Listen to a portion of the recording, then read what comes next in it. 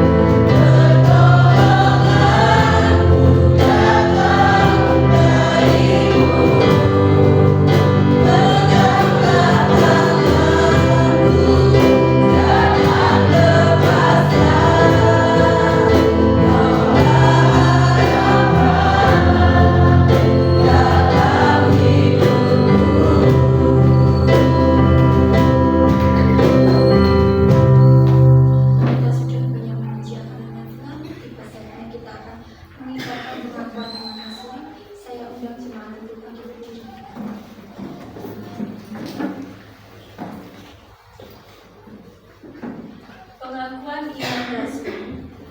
Aku percaya kepada Allah, Bapa yang Maha Kuasa, Khalik langit dan bumi, dan kepada Yesus Kristus, Anaknya yang tunggal Tuhan kita, yang dikandung dari Roh Kudus, lahir dari anak darah Maria, yang menderita sengsara di bawah pemerintahan Pontius Pilatus, disalibkan, mati dan dikuburkan, turun ke dalam kerajaan maut. Pada hari yang ketiga, bangkit pula dari antara orang mati, naik ke surga, duduk di sebelah kanan Allah, Bapa yang Maha Kuasa. Dan dari sana Ia akan datang untuk menghakimi orang yang hidup dan yang mati. Aku percaya pada Roh Kudus, gereja yang kudus dan am, persekutuan orang kudus, pengampunan dosa, kebangkitan tubuh, dan hidup yang kekal. Amin. Mendengarkan firman Tuhan, mari kita sambut dengan pujian dengan saya.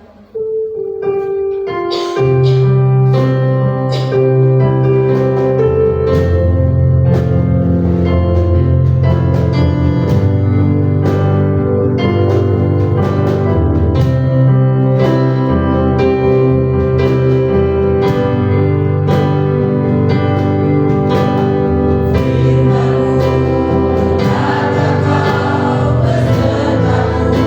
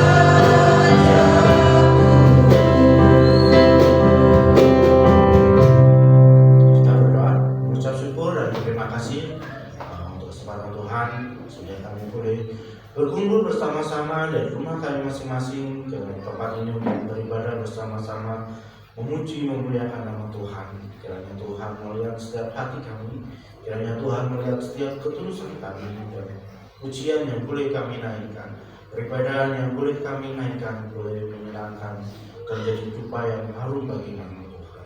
Terima kasih Bapa, sekali lagi kiranya Engkau berkenan dalam setiap peribadahan yang kami naikkan di dalam Tuhan. Dan Bapa, sampai sejauh kami belajar kebenaran firman Tuhan, kiranya kami memiliki kerinduan hati untuk senantiasa terus-menerus belajar, untuk senantiasa terus-menerus memikirkan apa yang Tuhan kehendaki dalam diri kami, dan tujuan apa yang menjadi tujuan kami menjalani kehidupan kami yang lepas tadi.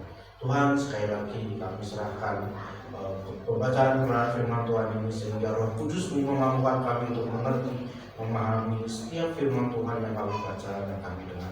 Dan terlebih daripada itu, Tuhan menguatkan iman kami untuk kami senantiasa bersandar pada Tuhan, dan juga boleh kami lakukan dalam kehidupan kami hari lepas hari. Terima kasih Tuhan, demi nama Tuhan Yesus kami berdoa dan bersyukur. Amin. Silakan juga.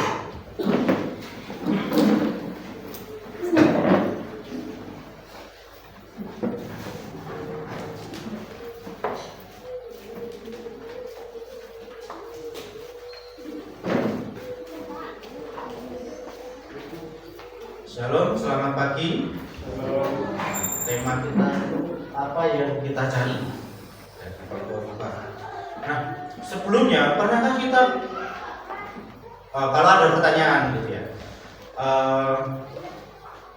kita mau cari apa di dunia ini? Hidup senang atau hidup penuh kesulitan? Ini pertanyaan yang jawabannya pasti jelas. Kira-kira di dunia ini kita pilih hidup senang atau hidup yang penuh dengan kesulitan dan ujian? Kira-kira pilih mana? Atau kesenangan yang penuh dengan kesulitan? Pilih yang mana kira-kira?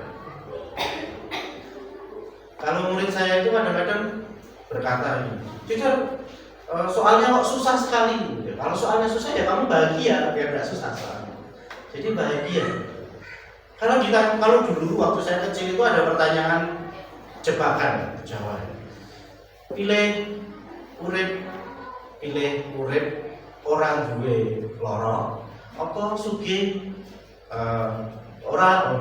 keliru. Urip orang duwe waras, apa pilih urip sugih loro? Kira-kira pilih mana? Urip orang duwe waras, apa pilih sugih loro? Gitu ya. Pilih mana kira-kira? Iya, itu pertanyaan orang. Mikirnya kan orang duwe nggak apa sih, seperti waras gitu ya. Mikirnya dulu gitu, tapi ternyata enggak, sama-sama sakit semua.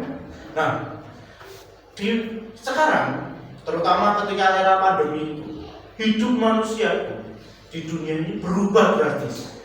Banyak mengalami perubahan. Yang dulu itu kita mau beli kemana-mana harus ke pasar, harus ke toko, harus datang ke tempatnya. Ketika setelah pandemi itu kita nggak perlu datang ke tempatnya. Mau beli kulkas, cukup di rumah aja lihat gambarnya, pilih ini, datang. Sampai rumah tinggal bayar. Mau beli apapun tinggal ada online shop itu selesai. Bahkan beli makan, beli mie ayam aja nggak usah datang ke warung ya, tinggal WA mie ayam 2 itu datang mie ayam 2. Semua sudah berubah. Karena perubahan itu tujuan kehidupan manusia pun berubah. Secara umum rata-rata orang itu pasti inginnya hidup senang. Ada nggak yang hidupnya pengen susah? Kira-kira ada nggak? Mas aku pengen susah, sudah sampai senang gitu. Mau susah terus. Ada nggak yang hidupnya mau susah? Saya rasa nggak ada. Ya, ada dua hal atau istilahnya dua pemikiran yang membuat orang itu memiliki tujuan hidup yang menyenangkan buat diri. Yang pertama itu hedonisme, hidup yang hedon. Apa itu hedon? Hedon itu menuruti kesenangan diri sendiri apapun caranya. Entah itu mau beli apapun, entah itu mau melakukan apapun, mengerjakan apapun, yang penting menyenangkan diri. Hedonisme, terutama biasanya orang hedonisme itu, hedon itu seneng foya-foya. Makanya di Facebook, di beberapa media sosial itu ada apa namanya kayak slogan gitu ya. Muda foya-foya, tua kaya raya, mati masuk surga. Itu idaman semua orang. Tidak ada yang tidak mau seperti ini. Nah, hedonisme mengubah hidup kita. Menjadi kesenangan itu tujuan hidup kita sehingga kita melakukan apapun untuk mencapai kesenangan kita. Mau beli apa lah, mau healing ke sana lah, mau piknik ke situ, mau apapun. Kita nggak pikir setelah terjadi itu apa? Setelah kita melakukan itu, nggak pikir kira-kira setelah ini keuanganku bagaimana? Itu nggak. Yang penting kesenanganku saat itu selesai. Itu hedonisme. Jadi kalau jangan heran orang bisa terjerat pinjol sedemikian rupa, banyaknya orang suka berhutang sana sini, bahkan ada yang nemes begitu ya, status Facebook jalan-jalan tapi hutangnya nggak dibayar. Jangan heran, karena manusia mau mencukupi kebutuhan kesenangan hidup dengan gaya hedonisme. Yang kedua, pemikiran Stoa. Stoa itu ajaran pada masa Yunani kuno. Itu muncul sekitar tahun 300-an, 400-an sebelum Masehi. Jadi sekitar abad ke-3, abad ke-4, abad ke-3 sebelum Masehi. Di mana salah satu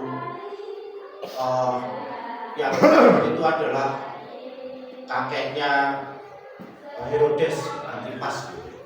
Itu mulai itu. Nah, Stoa itu mengajarkan secara umum bahwa tujuan hidup manusia itu hanya senang.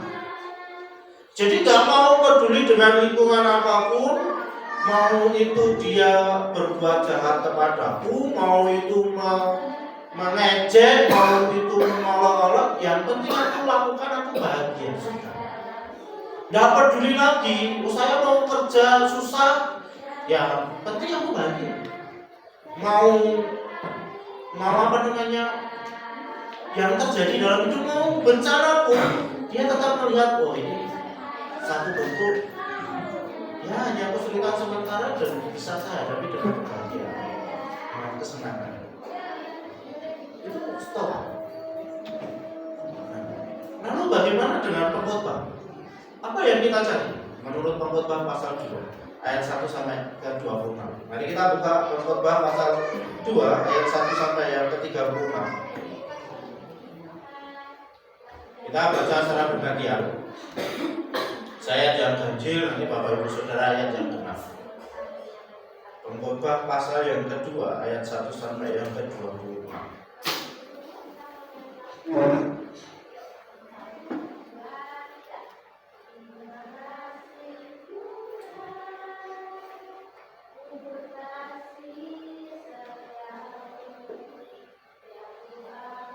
Kita baca secara bergantian, saya yang ganjil. Pengkhotbah 2 ayat 1 sampai 26, firman Tuhan. Aku berkata dalam hati, mari, aku hendak menguji kegirangan, nikmatilah kesenangan, tetapi lihat, juga itu pun sia-sia.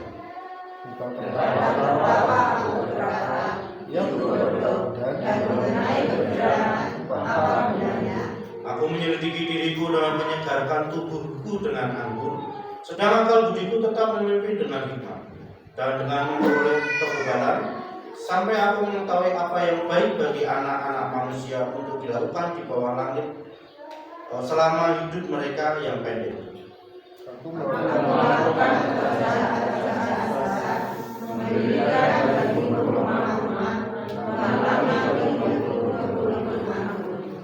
Aku mengusahakan bagiku kebun-kebun dan taman-taman yang menamainya berupa pohon buah-buahan.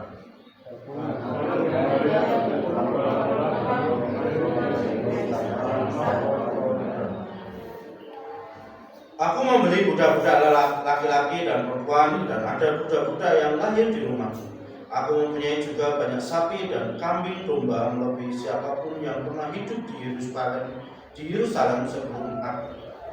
Aku mengumpulkan bagiku juga perak dan emas, harta benda raja-raja dan daerah-daerah. Aku mencari bagiku hiburan-hiburan dan hiburan-hiburan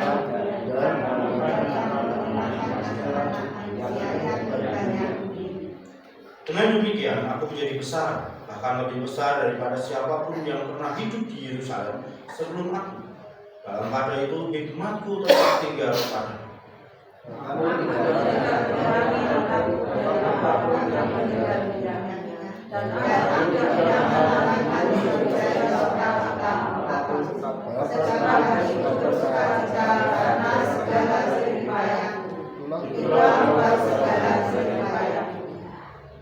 Ketika aku meneliti segala pekerjaan yang telah dilakukan tanganku dan segala usaha yang telah dilakukan untuk itu dengan jerih payah, lihatlah, segala sesuatu adalah kesia-siaan dan usaha menjaring angin. Memang tak ada peruntungan di bawah matahari.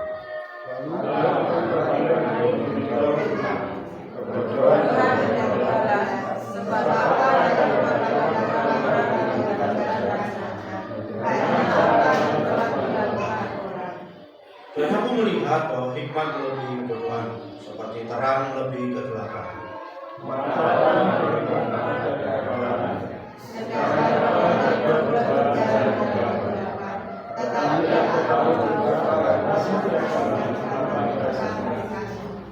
Maka aku berkata dalam hati, nasib yang menimpa orang bodoh juga akan menimpa aku.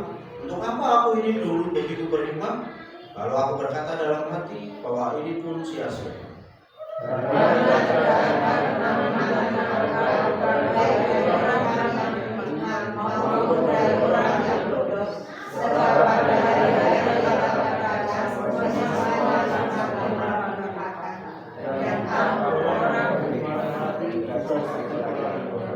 Oleh sebab itu aku membenci hidup, karena aku menganggap menyusahkan apa yang dilakukan di bawah matahari.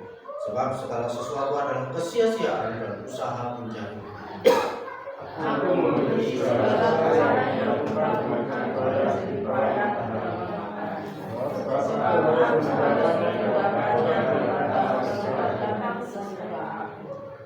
Dan siapakah yang mengetahui apakah orang itu berhikmat atau bodoh? Meskipun demikian, ia akan berkuasa atas segala usaha yang kulakukan di bawah matahari dengan jerih payah dan dengan mempergunakan hikmat. Ini pun sia-sia.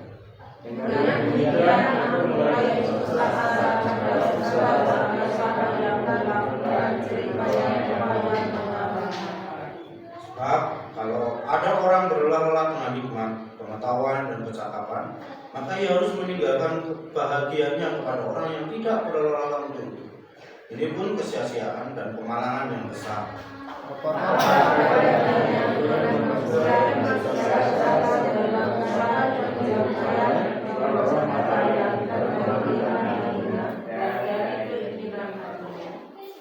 Seluruh hidupnya penuh kesedihan dan pekerjaannya penuh kesusahan hati. Bahkan pada malam hari hatinya tidak tenteram. Ini pun sia-sia.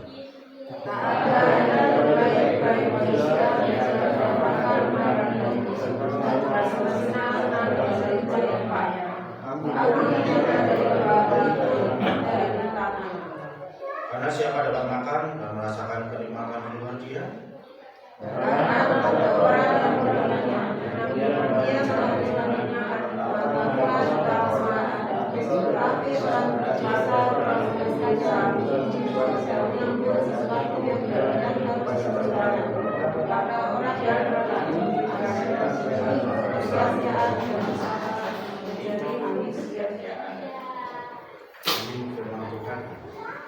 Minggu yang lalu kita belajar tentang bahwa banyak hikmat, di dalam banyak hikmat itu banyak kesusahan. Itu benar sebenarnya. Jadi ketika kita semakin tahu, semakin banyak tahu, kita semakin banyak tidak tahu. Orang yang pandai, orang yang berhikmat, itu bukan orang yang banyak tahu, tetapi orang yang tahu bahwa dirinya itu banyak tidak tahu. Tapi orang yang merasa pandai itu merasa diri banyak tahu, tetapi dia tidak tahu kalau dirinya itu tidak tahu banyak. Bedanya di sini. Kalau orang yang berhikmah, dia banyak tahu, dia tahu bahwa dia banyak yang dia tidak tahu. Banyak hal yang dia tidak tahu. Ketika saya kuliah semester 1, semester 2, baca banyak buku sedikit, sudah merasa diri mesti tahu banyak hal. Lalu berdebat dengan dosen, berdebat dengan teman-teman, bahkan mempertahankan keyakinan diri tentang apa yang sudah dipelajari. Tetapi ketika sudah lulus kuliah, kemarin sempat ngobrol sama istri sepanjang setiap malam gitu, saya baru sadar bahwa semua yang saya lakukan selama kuliah itu adalah kebodohan yang saya lakukan. Kenapa saya seperti itu? Padahal saya dulu tuh tidak tahu apa-apa. Kenapa saya merasa saya tahu saya harus menantang banyak orang, dalam tanda kutip menantang orang, berdebat untuk mempertajam pengetahuan, menunjukkan bahwa saya tahu, saya lebih pintar daripada kalian. Tapi saya pikir-pikir setelah lulus kuliah, ternyata itu satu kebodohan. Ngapain saya harus lakukan itu? Padahal saya tidak tahu apapun. Yang saya tahu itu cuma ya kulitnya, kalau orang bilang itu kulit arinya gitu, kecil sekali, dan merasa tahu. Dan pengkhotbah pun mengajarkan demikian. Kadang-kadang kita merasa mengerti banyak hal, terkadang kita merasa aku sudah menemukan tujuan dalam hidupku, aku sudah temukan apa yang menjadi sumber kesenanganku, aku sudah menemukan apa yang menjadi sumber kebahagiaanku. Tetapi ketika kita jalani, apakah kita benar-benar bahagia? Apakah kita benar-benar senang?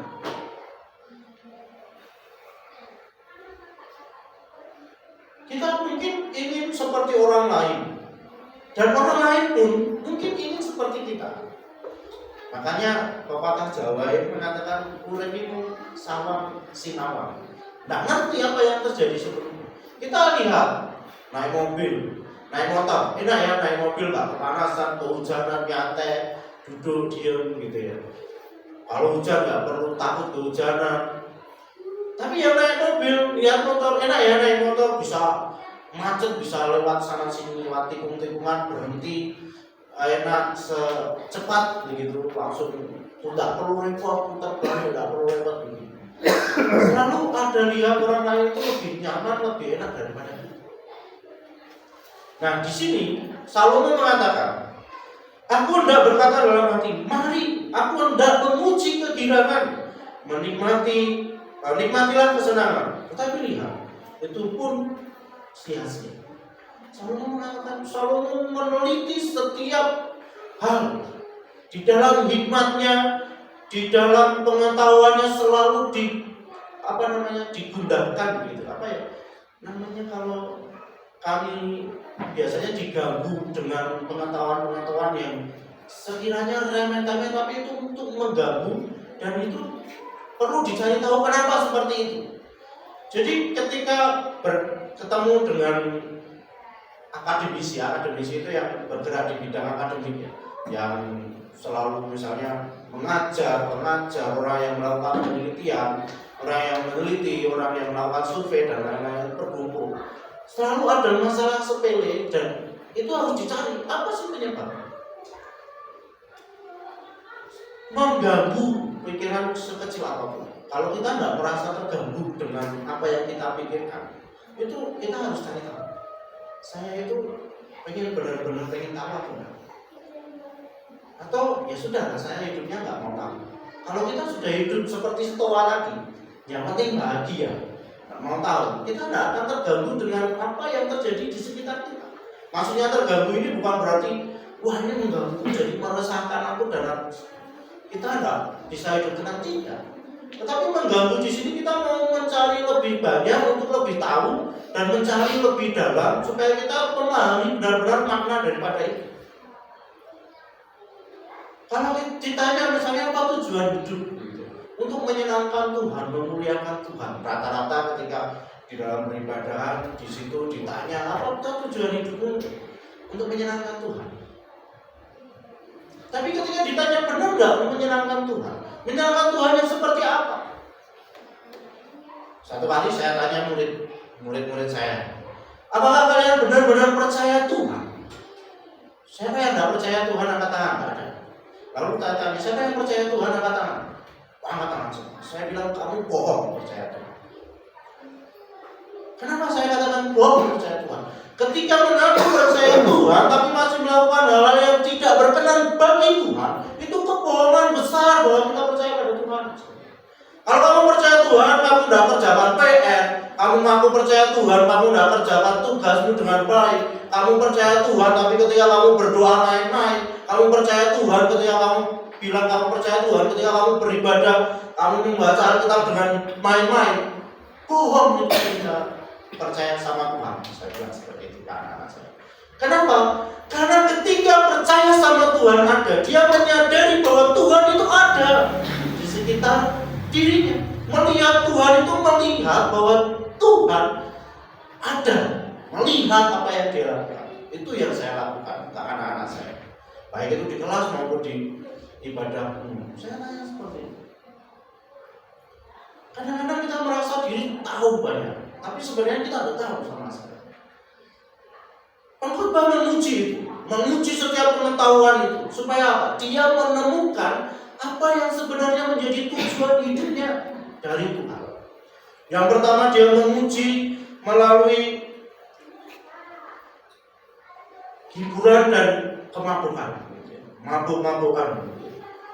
Pertama dengan hiburan. Mengenai tertawa, aku berkata itu bodoh. Kadang-kadang orang merasa senang ketika melihat hiburan yang lucu-lucu, benar? Ketika lihat komedi, tertawa atau malah sedih. Orang susah itu. Oh ya sudah nonton film komedi yang lucu-lucu supaya tertawa, nonton lawaan. Hampir semua orang ketika lihat wayang itu yang ditunggu-tunggu itu siapa sih pelawaknya? Dalamnya lucu atau enggak? Kadang pengkhotbah pun ini pengkhotbahnya lucu atau enggak? Serius atau lucu gitu ya? Kadang-kadang itu. Saya kenapa? Karena menurut sebagian orang tertawa itu menyenangkan hati. Tapi ketika kita memikirkan baik-baik, ternyata tertawa itu menertawakan hal yang bodoh, hal-hal yang gila. Nggak ada orang yang menertawakan orang yang benar.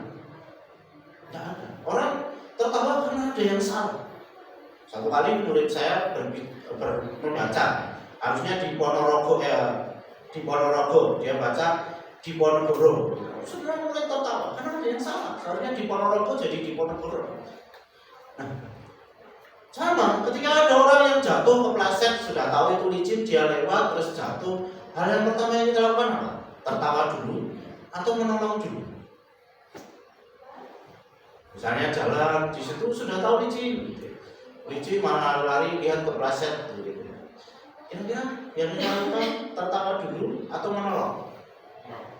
Menolong. Kalau lihat jalan, ada orang jalan, terus tengok kanan HP, nonton HP, gitu ya, terus nabrak yang listrik, diketawakan atau tolong? Diketawakan, karena konyol ini yang dilakukan. Jadi tertawa itu karena merasa diri itu ya, saya bodoh, saya bukan, kalau orang gila jelas ya ketawa sendiri-sendiri. Kadang-kadang menertawakan sesuatu hal karena kita bahwa itu satu kebodohan. Anak kecil pun misuh misalnya. Orang besar kebanyakan tertawa atau marah-marah ketika ada orang anak kecil yang membuka. Kalau bukan anaknya sendiri, rata-rata tertawa karena merasa itu lucu. Padahal itu satu kebodohan. Dan mengapa yang tidak?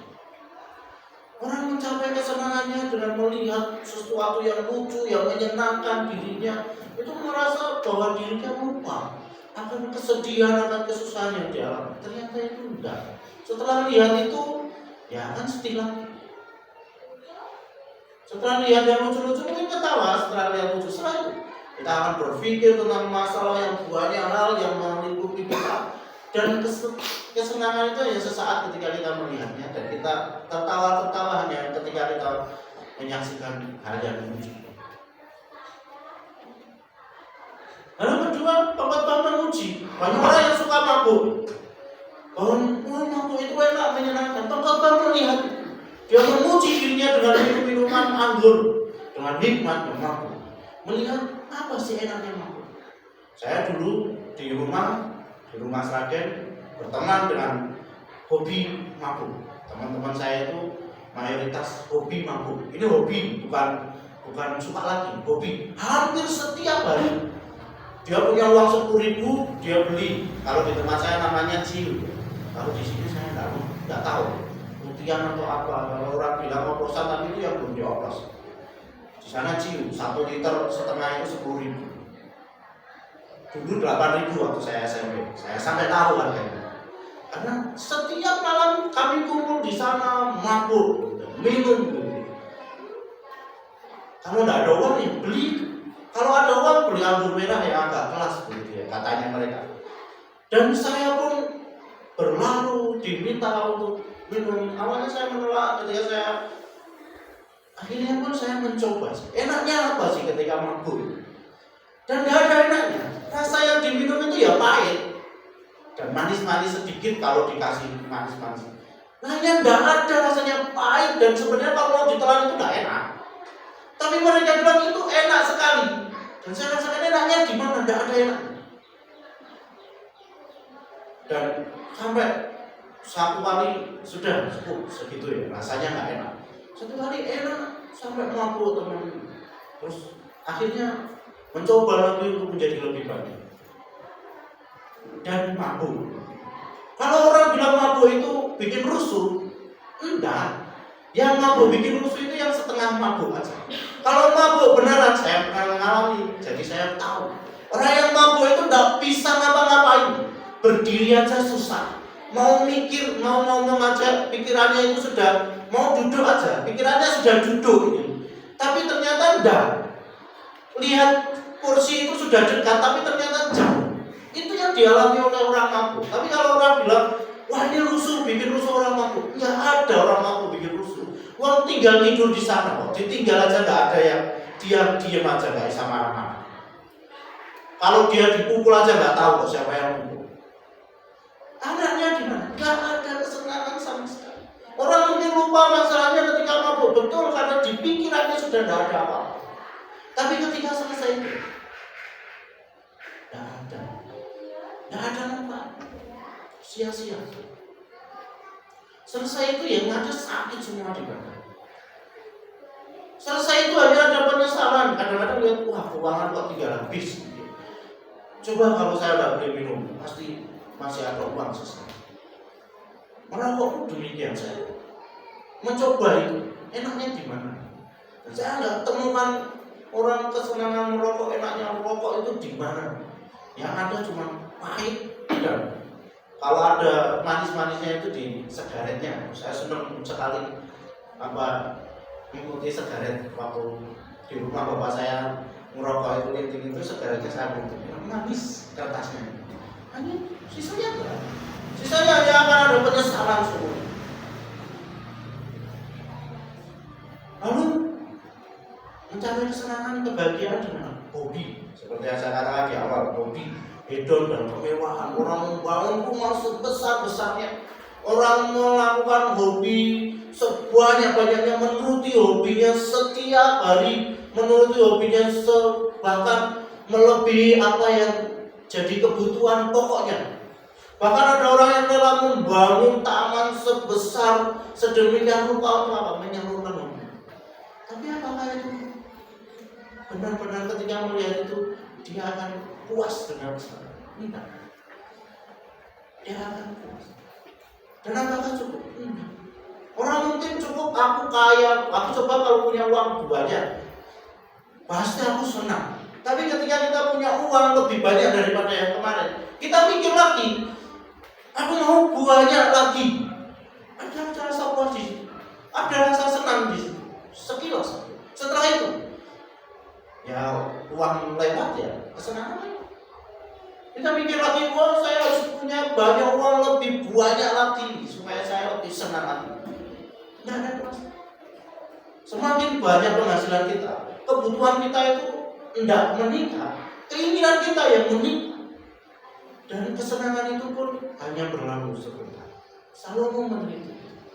Bisa dikatakan raja yang paling kaya adalah Salomo. Ketika Salomo bilang seperti itu, dia mengalami. Sama seperti yang saya katakan ketika mabuk dan rokok itu, saya mengalami.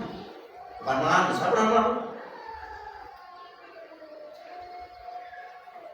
Lalu kenikmatan dengan ketenaran dan pesta orang. Orang pada suka pesta, datang suka ngadain pesta supaya senang dikenal orang, supaya ya itu menunjukkan kesenangannya dikit-dikit. Pesta, syukuran, pesta gitu ya, untuk memuji kesenangannya. Tapi apakah itu benar-benar menyenangkan diri? Enggak. Setelah pesta, kadang saya itu sama istri tergelitik, itu kantor mikir bingung gitu. Ada orang yang punya kerja, misalnya hajatan begitu, terus rugi. Loh, kamu mau mengadakan pesta atau untung-untungan? Kalau untung-untungan, mending nggak usah adakan pesta, jual, selesai. Jual itu modal, kembali untung berapa, rugi berapa. Tapi kalau pesta terus mikir untung dan rugi, tujuan pesta itu apa? Dan gagal lagi ya, bingung lagi. Wah, tujuan pesta itu supaya merayakan anakku menikah, anakku lulusan, pesta bahagia, senang-senang. Tapi setelah itu mikir, kok rugi? Kan bingung lagi tujuan dari pesta itu. Jadi nggak jelas di situ. Di dalam hal yang kita alami, ketika kita pikirkan baik-baik, ketika kita renungkan baik-baik, dan kita memuji itu, ternyata semua itu tidak ada artinya. Tidak ada artinya. Kita mau healing, wah aku mau ke Singapura gitu. Terus sana jalan-jalan, setelah itu mau dapat apa?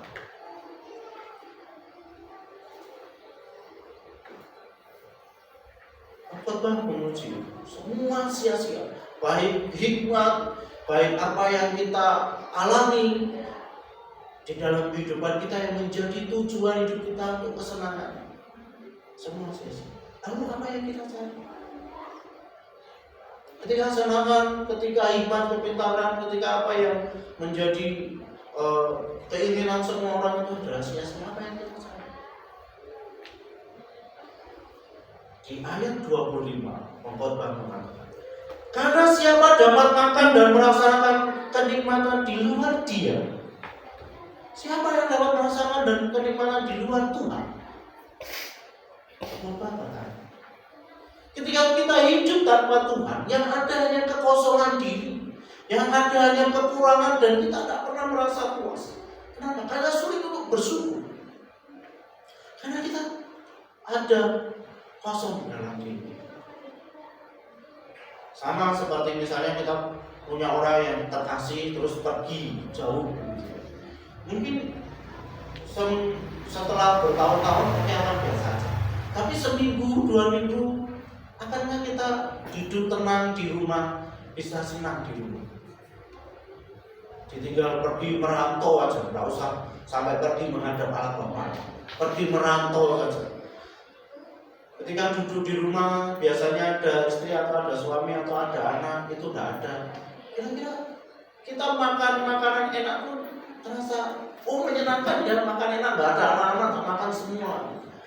Atau merasa kehilangan. Kira-kira? Atau ya biasanya anakku yang suka makan ini, ya biasanya istriku yang suka buatin ini, biasanya suamiku yang buat suka ini. Ada rasa kehilangan, atau malah senang bahagia semua dikuasai diri sendiri dan aku mau ngapain aja, nggak ada yang repotin.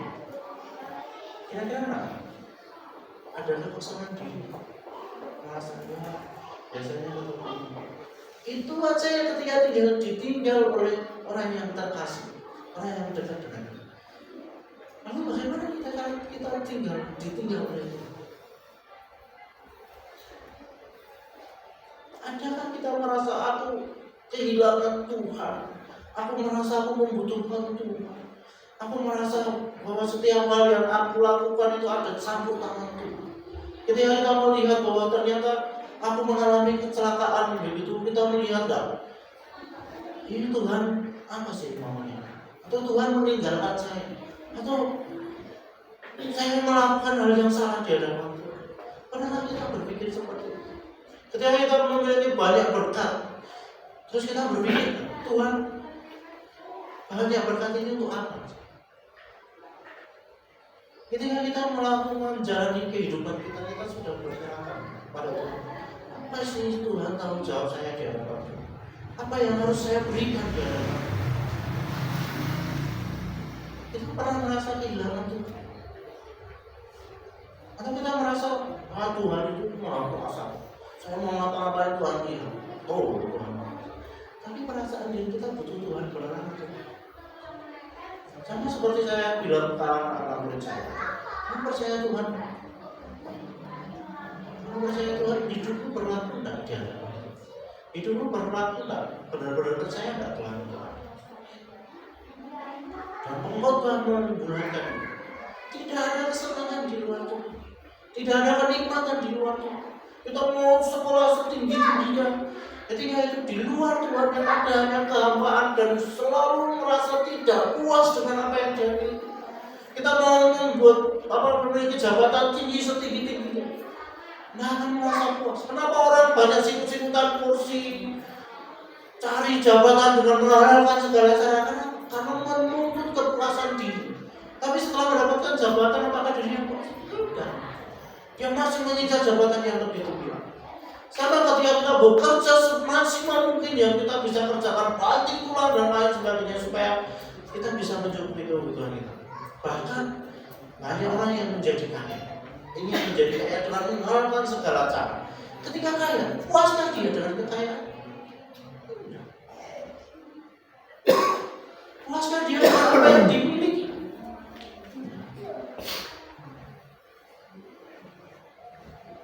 Murid saya itu berkata begini sama temannya, enak ya jadi orang biasa. Memang dia orang kaya, bapaknya pelayanan, ibunya perawat rumah sakit, punya toko yang cukup besar, toko kosmetik dan toko plastik, hidupnya cukup bergelimang gitu. Enak ya jadi orang biasa, setiap hari ditemui sama anak, sama bapaknya, sama ibu. Dia berkata, aku enggak enak, aku jadi orang sama orang. Selalu ada merasa tidak puas. Bagaimana dengan kita? Apa yang kita cari? Ketenangan kan? Kekayaan kan? Kesenangan kan? Tuhan kan yang kita tahu. Itu masing-masing dari kita yang tahu. Masing-masing dari hati kita yang tahu. Mana yang kita cari? Kalau kita mau cari di luar Tuhan, saya jamin tidak akan pernah ada kepuasan yang terlalu. Kalaupun mencari Tuhan, saya pun tidak akan bilang bahwa ketika kita mencari Tuhan, kita tidak akan menemui kesulitan dan hambatan. Selalu saya bilang bahwa ketika semakin kita dekat dengan Tuhan, semakin banyak ujian dan pencobaan yang datang. Semakin kita menjadi orang yang dekat dengan Tuhan, semakin kita menjadi orang yang aneh di hadapan Tuhan. Tapi yang saya katakan dan berani saya katakan, ketika kita dekat dengan Tuhan, ada kepuasan hati, dan ada kedamaian di dalam. Itu yang menjadi janji. Mari kita berdoa. Tuhan, ajarkanlah kami untuk mencari dan mempertajam tujuan kami hidup di dalam dunia. Tujuan Tuhan menciptakan kami hidup sebagai manusia di dunia ini, Tuhan. Ajarlah kami melihat apa yang kami cari di dunia ini, Tuhan. Apakah ketenaran yang kami cari, popularitas, kekayaan, kedudukan, atau kami mencari Tuhan dengan sepenuh hati kami. Kiranya Tuhan melihat setiap kami, bukan berarti kami tidak butuh kemewahan Tuhan, bukan berarti kami tidak memerlukan kekayaan, bukan berarti apa yang kami kejar saat ini kami tidak melakukan, tapi ajarlah kami di dalam pekerjaan kami pun kami melihat, di dalam kesenangan yang kami cari pun kami menyatakan diri di hadapan Tuhan bahwa kami mencari sesuai dengan kehendak Tuhan. Mungkin banyak hal yang akan terjadi dalam hidup kami dan sudah terjadi dalam hidup kami. Tapi lepas daripada itu, ajar kami untuk menundukkan diri kami di bawah salib Kristus, bahwa kami percaya Tuhan itu ada. Kami percaya bahwa Tuhan menyertai setiap kami, bahwa Tuhan mengisi kekosongan hati kami, dan bahwa Tuhan menciptakan kami, membuat kami memiliki tanggung jawab kami masing-masing. Dan apapun keadaan kami dan bagaimanapun kami percaya Tuhan mencukupkan segala sesuatunya untuk kami. Tuhan sudah menyediakan segala sesuatunya untuk kami. Dan ajarlah kami dengan hikmat yang daripada Tuhan mengupayakan, mengerjakan itu dan menghasilkan sesuatu hal yang menyenangkan hati Tuhan. Ajarlah kami untuk memfokuskan diri kami pada Tuhan melalui apapun yang hendak kami cari, apapun yang hendak kami capai. Tapi tujuan kami ajarlah untuk melihat kemuliaan Tuhan. Terima kasih Tuhan, terima kasih Bapa. Kiranya Kau memampukan kami, Roh Kudus-Mu yang senantiasa mengingatkan kami, Roh Kudus-Mu yang senantiasa memberikan kami jalan keluar dan solusi bagaimana kami harus hidup di dalam Tuhan. Terima kasih Bapa, di nama Tuhan Yesus kami berdoa. Amin.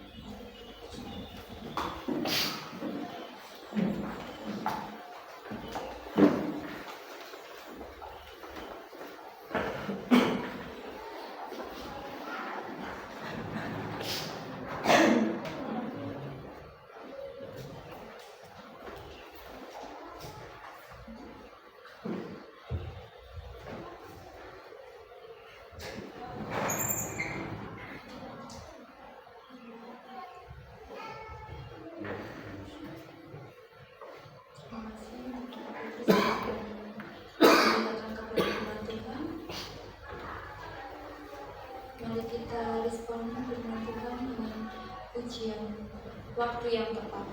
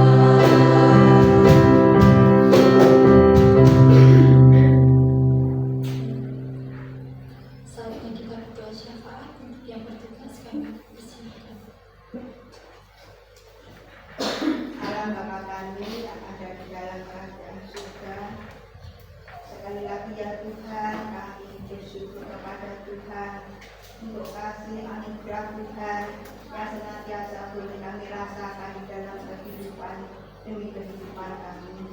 Sampai pada saat ini Tuhan, kami bersyukur kalau kami boleh bersama-sama beribadah kepada Tuhan. Kami boleh bersama-sama menerima akan berkat rohani yang daripada Tuhan. Dan biarlah ya Tuhan, setiap berkat yang Tuhan berikan itu boleh membawa akan kedewasaan iman kami, dan hidup kami Tuhan boleh semakin erat, semakin hanya berharap kepada Tuhan. Terima kasih ya Bapa. Pada saat ini Tuhan, kami berdoa juga untuk ibadah-ibadah yang ada di gereja kami ini Tuhan, baik itu ibadah rumah tangga, baik itu ibadah sekolah minggu, baik itu ibadah-ibadah yang diadakan biarlah ya Tuhan Yesus Engkau memberkati akan kesemangatan kami untuk melangkahkan kaki kami untuk beribadah bersama-sama, sehingga melalui ibadah itu semua Tuhan boleh kami senantiasa merasakan akan yaitu berkat yang daripada Tuhan, urapan yang daripada Tuhan, sehingga iman kami Tuhan semakin hari boleh semakin kuat di dalam Tuhan. Terima kasih ya Bapa, terima kasih Bapa. Pada saat ini Tuhan, kami berdoa untuk setiap yaitu sidang jemaat Tuhan yang ada di tempat ini Tuhan, kami menyerahkan untuk setiap keluarga demi keluarga, setiap anak-anak-Mu. Biarlah ya Tuhan Yesus Engkau yang senantiasa ada di tengah-tengah keluarga demi keluarga anak-anak-Mu ini Tuhan. Engkau senantiasa campur tangan di dalam setiap usaha pekerjaannya. Engkau senantiasa ada di tengah-tengah pergumulannya, sehingga di dalam pergumulan yang dihadapi setiap anak-anak Tuhan boleh memberikan jalan keluar, karena Tuhan adalah segala jawaban hidup anak-anak-Mu. Terima kasih ya Bapa, terima kasih. Pada saat ini juga Tuhan kami berdoa yaitu untuk anak-anak-Mu yang lansia, yang tidak bisa beribadah bersama-sama kami. Biarlah ya Tuhan Yesus Engkau senantiasa memberikan akan kekuatan iman, Engkau senantiasa memberikan penghiburan kepadanya.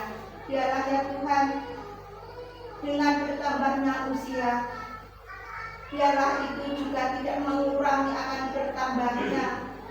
berkurangnya iman mereka. Namun demikian, biarlah bertambahnya usia, iman mereka juga boleh semakin kuat di dalam Tuhan dan semakin melekat di dalam Engkau. Terima kasih ya Bapa, terima kasih Bapa. Pada saat ini juga Tuhan kami berdoa, mungkin keluarga anak-anak-Mu pada saat ini ada yang menderita sakit. Biarlah ya Tuhan Yesus Engkau mengulurkan tangan-Mu yang penuh kuasa, sehingga ya Tuhan anak-anak kami boleh merasakan akan jamahan tangan Tuhan yang senantiasa boleh membawa kesembuhan kepada setiap anak-anak-Mu. Terima kasih ya Bapa, terima kasih Bapa. Pada saat ini juga ya Tuhan kami berdoa, mungkin di antara anak-anak Tuhan pada saat ini mengalami kelemahan iman. Mari Tuhan, Engkau hadir di tengah-tengah hatinya, Engkau membuka hatinya Tuhan, Engkau mengetuk hatinya, sehingga hatinya boleh terbuka untuk Tuhan. Mereka boleh mempunyai rasa haus dan rindu untuk boleh senantiasa datang kepada Tuhan. Biarlah mereka boleh merasakan bahwa hidup tanpa Tuhan akan mendapatkan akan kesia-siaan. Karena itu Tuhan, Kau kasihani anak-anak-Mu ini, Engkau kuatkan, Engkau sembuhkan akan kerohaniannya, sehingga rohaninya boleh yaitu bertumbuh di dalam Tuhan, dan mereka boleh membuka yaitu bersemangat lagi untuk datang beribadah kepada Engkau. Terima kasih ya Bapa, terima kasih Bapa. Pada saat ini juga Tuhan kami berdoa untuk anak-anak kami yang masih kecil. Tuhan, biarlah Engkau senantiasa memberikan akan kesehatan di masa tumbuh kembangnya anak-anak kami, sehingga Tuhan anak-anak kami Tuhan boleh senantiasa merasakan juga akan campur tangan pertolongannya daripada Tuhan. Di dalam masa usia sekolahnya Tuhan akan memberikan kelancaran kepada setiap anak-anak kami, sehingga ya Tuhan anak-anak kami Tuhan boleh merasakan akan yaitu pertolongan yang daripada Tuhan, dan setiap anak-anak kami Tuhan boleh menjadikan contoh teladan bagi teman-teman yang lain. Terima kasih ya Bapa, terima kasih Bapa. Pada saat ini juga ya Tuhan, kami menyerahkan akan bangsa dan negara kami menyerahkan dari setiap memimpin kami dari presiden sampai RT RW. Biarlah ya Tuhan Yesus Engkau memberikan hikmat kepada mereka, sehingga ya Tuhan bangsa dan negara kami ini boleh merasakan akan kedamaian yang daripada Tuhan. Untuk setiap anak-anak Tuhan yang telah Tuhan yaitu panggil menjadi anak-Mu dan duduk di dalam bangku pemerintahan, biarlah ya Tuhan Yesus Engkau senantiasa memberikan hikmat, sehingga setiap anak-anak Tuhan itu boleh menjadi contoh teladan bagi sesamanya. Terima kasih ya Bapa, terima kasih.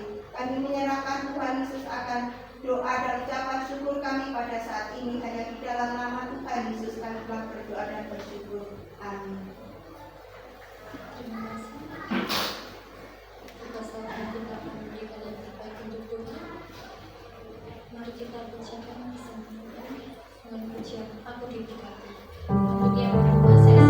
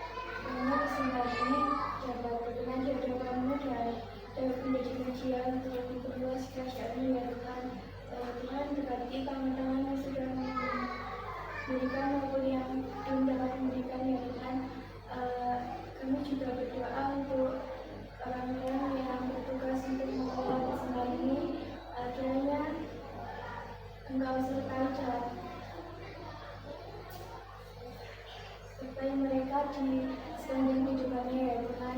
Ya Tuhan, kami juga berdoa agar persembahan ini dapat menjadi berkat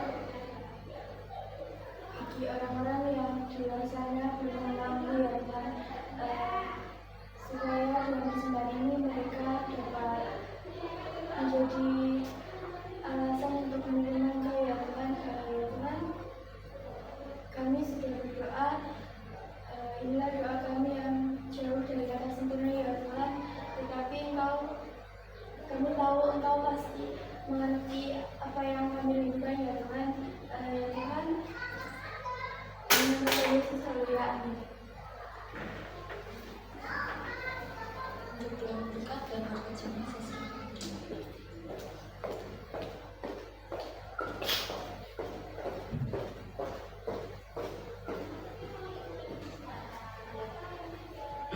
Jemaat saya undang untuk mengikuti dulu.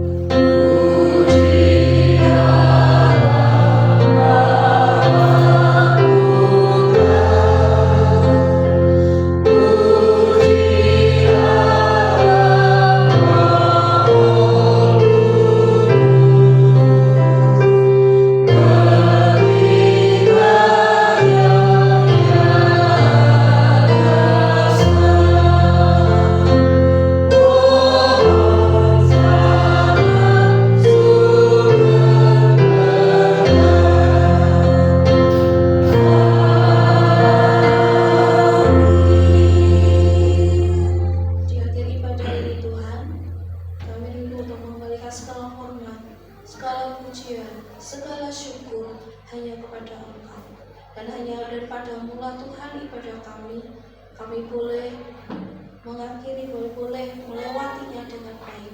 Hingga pada akhir ini Tuhan, sebelum kami pulang, kami rindu Engkau memberkati kami. Dan kiranya Tuhan memberkati kami dalam sawah ladang kami, diberkatilah kami Tuhan dalam usaha pekerjaan kami, dalam rumah tangga kami, anak cucu kami, dan dalam setiap pergumulan kami. Kiranya sekali lagi ya Tuhan, Engkau senantiasa menyertai kami dari hari ke hari, waktu ke waktu.